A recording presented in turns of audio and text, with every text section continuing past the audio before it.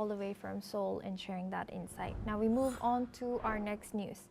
Typhoon Wipha has caused significant disruption in Hong Kong, with the city's highest level T10 warning downgraded to T8 at 4:10 p.m. local time.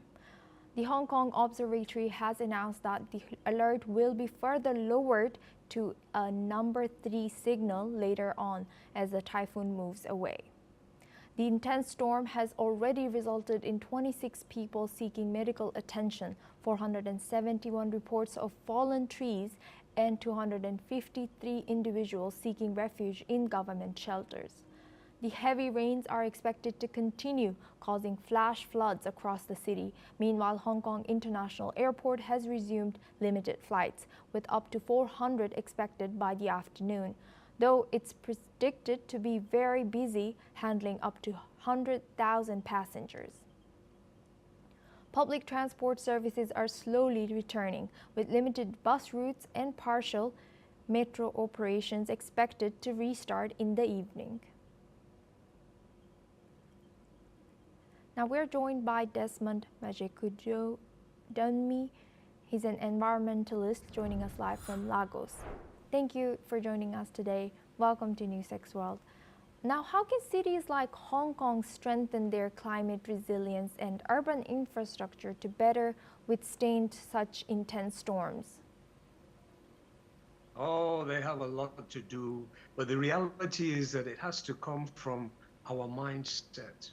It has to come from a fundamental understanding of the fact that we, as human beings, whether we're living in Hong Kong or we're living in Texas or we're living in Valencia, Spain, which have all had these very, very horrific storm occurrences that have led to floods, we as human beings have to change our attitudes, because this is the predominant reason why we're having so many of these type of storms, and they're increasing in severity as well, simply because we're causing unnecessary pollution of heat-trapping gases in the atmosphere, making the earth warmer. And if you have more heat in the earth, you're going to have more evaporation of the water bodies, and you're going to have heavy storms.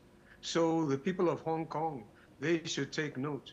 Luckily, the storm has passed, but sadly, more will be coming over the next few years, and they're going to increase tremendously in severity. So there's obvious measures that need to be taken. Infrastructure for drainage needs to be very, very much expanded, and also they need to try to ensure that the natural systems, that is the streams and the rivers, are enabled more effectively to be able to carry away the storm water, and that means dredging the bottoms of those streams and rivers, and also preventing the erosion that has happened with so many of these streams and rivers because vegetation has been cut down.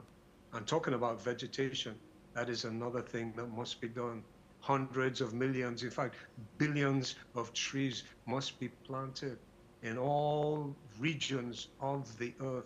And we must stop destroying our forests, because you see, there are certain fundamental laws that nature obeys. And these laws operate in the physical and in the metaphysical.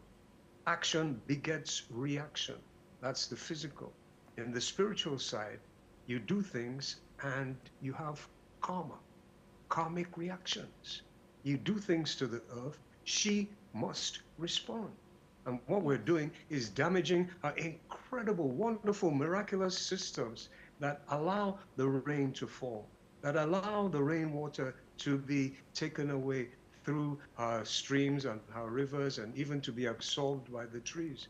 We're damaging this, and we're causing very negative karma for ourselves. So it's a mindset. They need to really, really get into the right frame of mind, not just in Hong Kong, but everywhere. Yes, indeed. Thank you very much, Desmond Majekujo-Dunmi, for joining us and sharing that insight as an environmentalist all the way from Nigeria. Now, well, that's all.